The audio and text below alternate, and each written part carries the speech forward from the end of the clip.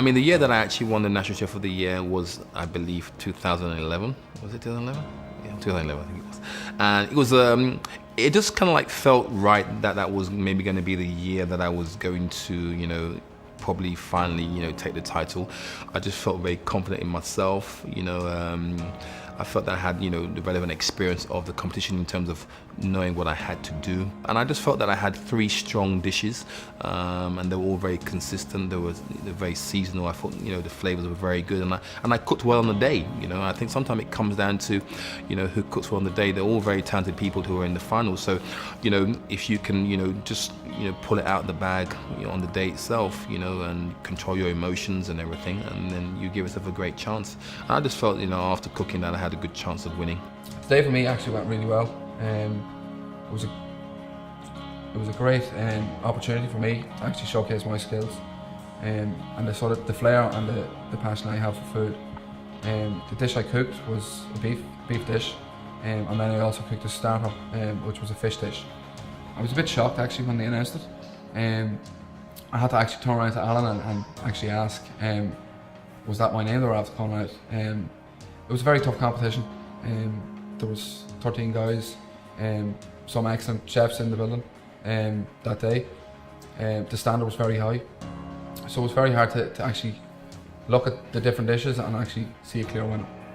So it was year 4. Perseverance always pays off, or that's what they tell me, and I had to have another go. My style for an approach for the 2013 final really changed. It really focused on the taste, as opposed to the previous year, that, you know, the presentation. And you realise that as you get older, the flavour is 20 marks, presentation is 5, so it's all about, is it delicious?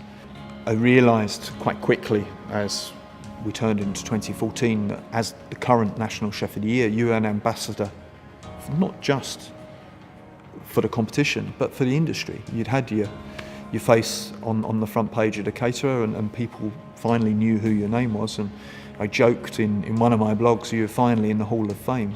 I was quite confident in that. I'd done it the year before, I knew where I was going.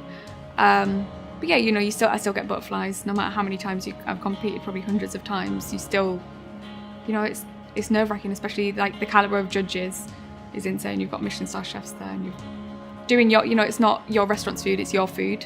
They always kind of drag the award ceremony out super long. So yeah, you're kind of there and building up tension. And then he announced, well, first of all, he said the first ever female. So then it kind of limits us down to, there was 2 of us left after April had got 2nd place. So it's like, oh my gosh. So, and at that point, after already being 2nd and 3rd in previous years, you're kind of like, okay, I've either got nothing or I've won. And then, yeah, I never cry, and I think some tears shed that day. Yeah.